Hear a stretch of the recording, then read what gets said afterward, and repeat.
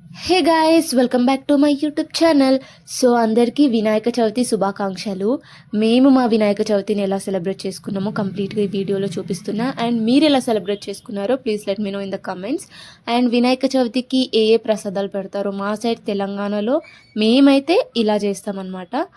And main thing వచ్చేసి తుమ్మికూర ఖచ్చితంగా every Vinayaka చవితికి పెడతాం విత్ కాంబినేషన్ ఆఫ్ చింతకాయలు. సో చింతకాయలు వేయడం వల్ల కొంచెం పుల్లగా చాలా బాగుంటుంది టేస్ట్. ఇది చాలా సింపుల్. చింతకాయలు కొంచెం ఉడకబెట్టాలి, దాని తర్వాత తుమ్మికూరను కూడా కొంచెం ఉడకబెట్టాలి అండ్ రెండు కలిపి పేస్ట్ చేసేసి పోసి పెట్టేస్తే సింపుల్, అంతే. ఇంకేం పెద్దగా కష్టపడాల్సిన అవసరం లేదు.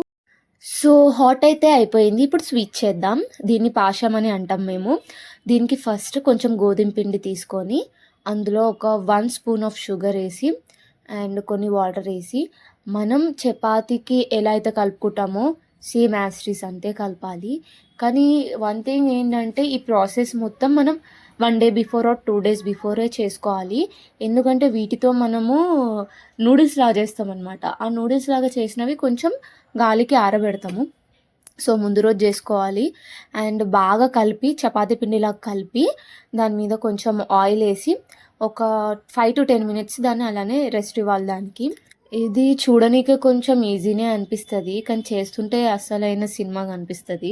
ఫస్ట్ కొంచెం పిండి చల్లుకున్న తర్వాత చిన్న ముద్ద తీసుకొని చేతి కూడా కొంచెం పిండి అణుచుకొని 2 ఫింగర్స్ తోటి ఇట్లా పొడుగు అంటుంటా ఉండాలి. సో దట్ అది నూడిల్స్ షేప్లో మనకు వస్తుంది అనమాట. ఈ పిండి ఎందుకు వేస్తామంటే ఇవన్నీ అతుక్కోకుండా ఉండడానికి. కొంచెం పిండి వేస్తే అవి అతుక్కోకుండా మంచిగా విడివిడిగా సపరేట్గా వస్తాయి. సో ఇది నెక్స్ట్ రోజు అంటే వినాయక చవితి రోజు ఒక బౌల్ తీసుకొని అందులో కొంచెం గోధుమ పిండి వేసుకొని ఫస్ట్ కొంచెం బాగా ఉండలు లేకుండా బాగా కలపాలి, ఒక్కటి కూడా ఉండొద్దు.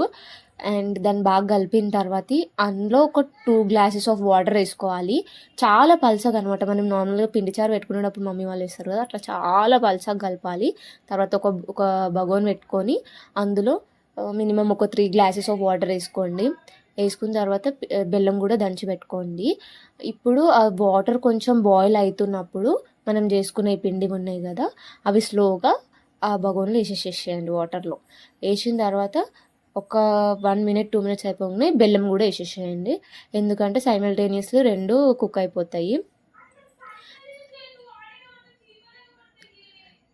ఇది ఇప్పుడు బాగా ఆ పిండివి బాగా ఉడికిపోయినాయి కదా. సో ఇప్పుడు మనం ఇందాక కలిపి పెట్టుకున్న పిండి ఉంది కదా, అది స్లోగా వేయాలి. ఎందుకంటే అది మళ్ళీ గడ్డ కట్టే ఛాన్సెస్ ఉన్నాయంట. సో అందుకని చాలా స్లోగా వేయమని చెప్పింది మా మమ్మీ. సో చూడండి నేను ఎంత స్లోగా వేస్తున్నా. అండ్ వేసిన తర్వాత ఒకసారి 1 గంట తీసుకొని బాగా కలపండి. ఆ పిండివి అయితే అసలు ఏమి ఇరిగిపోవు, మనం చాలా స్ట్రాంగ్ చేసినాం అనమాట. మనంత స్ట్రాంగ్గా చేసినాం పిండివి కూడా. సో అవి అసలు ఇరిగిపోవు. ఒకసారి బాగా కలిపేసేయండి.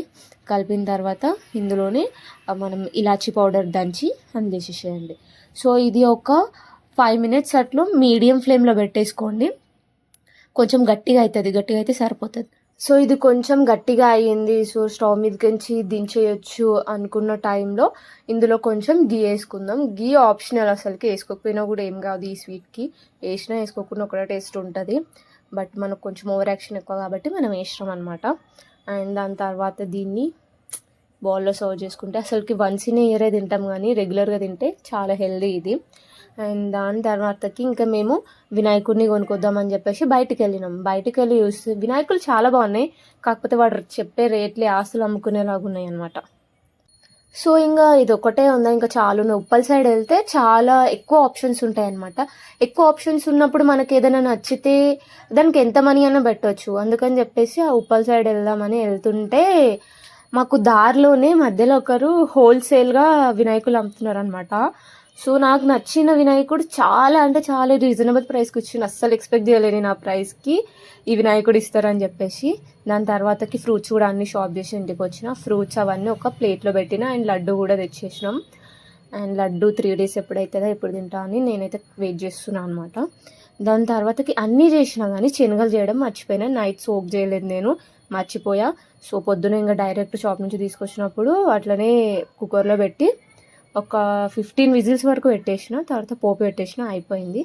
దాని తర్వాత వినాయకుడికి బ్యాక్ డ్రాప్ చేద్దామని అనుకున్నా. యాక్చువల్గా ఇది నా లిస్ట్లో లేదు, కాకపోతే నాకు ఉత్తిగా పెడితే నాకు అస్సలు నచ్చలేదన్నమాట. వెనకాల ఏమైనా ఉండాలి, బ్యాక్ డ్రాప్ ఉండాలి చిన్నది సింపుల్గా అని చెప్పేసి. వెడ్డింగ్ కార్డ్స్ ఉంటాయి కదా, అవి కొంచెం స్ట్రాంగ్ ఉంటాయి. సో 2 వెడ్డింగ్ కార్డ్స్ తీసుకొని వాటికి ప్లాస్టర్తో జాయిన్ చేసిన. అండ్ ఈ మామిడాకులు ఉంటాయి కదా, వాటికి వెనకల్లో ప్లాస్టర్ పెట్టి ఈచ్ ఒక్కొక్కటి ఇట్లా అతికి పెట్టిన అనమాట. సో అది ఒక మంచి బ్యూటిఫుల్ బ్యాక్ డ్రాప్ అయ్యింది. యాక్చువల్గా లేట్ అయ్యిందని చేయొద్దు అనుకున్నా, బట్ ఎట్లాగో అయిన లేట్ ఎట్లాగో అయ్యింది. ఎందుకు అట్లా సింపుల్గా పెడితే మాత్రం నాకు అస్సలు నచ్చదు. సో ఎట్లా లేట్ అయిందని చెప్పేసి ఇంకొంచెం లేట్ అయితే ఏం పర్వాలేదు అని చెప్పేసి నేను ఇంకా పెట్టేసిన అనమాట. ఫెయిరీ లైట్స్ వేసిన. Fairy lights are my favourite. So ఇదంతా చేసిన తర్వాతకి చేసిన ప్రసాదాలన్నీ దేవుడి ముందడ పెట్టి మంచిగా పూజ చేసేసినాం అనమాట. సో ఈ ఫెయిరీ లైట్స్ అండ్ నేను చేసిన బ్యాక్ డ్రాప్ కాంబినేషన్ అయితే చాలా మంచిగా కనిపించింది. ఆ లైట్స్కి చాలా మంచిగా అనిపించింది. ఇంకొంచెం పెద్ద సైజ్ చేసి ఉంటే కూడా చాలా బాగుంటుండే, కానీ టైం లేకుండా అవన్నీ చేయలేదు. సో మీకు ఎలా అనిపించింది నేను చేసిన backdrop and fairy lights decoration? So don't forget to like, share and subscribe to my channel, and will see you in the next video. Bye.